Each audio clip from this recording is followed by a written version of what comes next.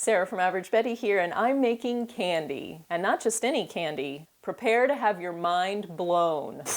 I'm making potato candy. Sure, making candy from potatoes might sound crazy, but this melt-in-your-mouth confection is actually generations old. Like, before the common internet era. Let's make potato candy. I'm going to start by peeling an Idaho russet. The russet is best for this because of its high starch content. Cut the potato in half and into a pot of water until it comes to a boil. Cover and allow to simmer until tender.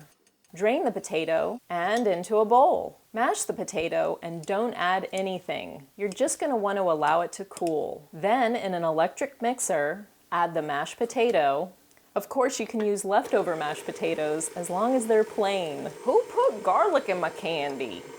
A little half and half, some vanilla, and a dash of salt. Give that a good mix and begin adding sifted powdered sugar.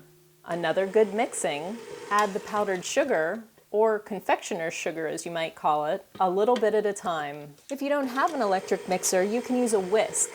Keep mixing and adding sugar until you're able to form a dough. I know this is a lot of sugar, people. We're making candy, not salad. You can also sift in some cocoa powder to make a chocolate dough. I'm sticking with vanilla today. About like this.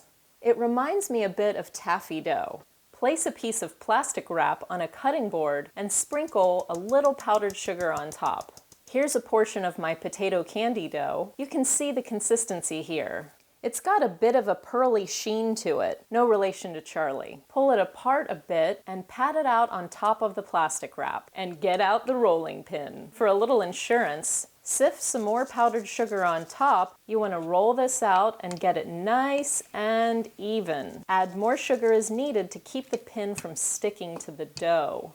You want to get this pretty thin. I like to cut the dough into a rectangle so it's nice and neat. This is peanut butter. Spread that in a nice thin layer. Of course, you can use a hazelnut spread or a chocolate spread, whatever your sweet tooth desires. And seriously, keep the peanut butter layer thin or you won't be able to roll it up, which is the next step. Very carefully push a little at a time, as evenly as you can. Kind of like you're rolling sushi. Let the plastic wrap help you. It's your friend. Just don't tell the environment. And roll this up. You can roll it onto a new piece of plastic wrap and seal it up. Speaking of sushi, I also like to use a sushi mat to give it another good squeeze and get it nice and tight. Now you want to let the rolls set up in the freezer for about an hour.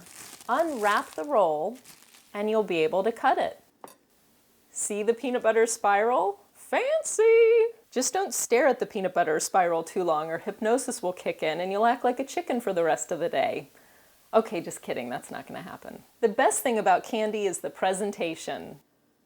Sprinkles! I mean, how cute do they look in a little candy box? This is borderline kitten cute, if you ask me. Get the potato candy recipe at AverageBetty.com. I hope you try making this old-fashioned potato candy soon. The possibilities are endless, and the rewards are super sweet.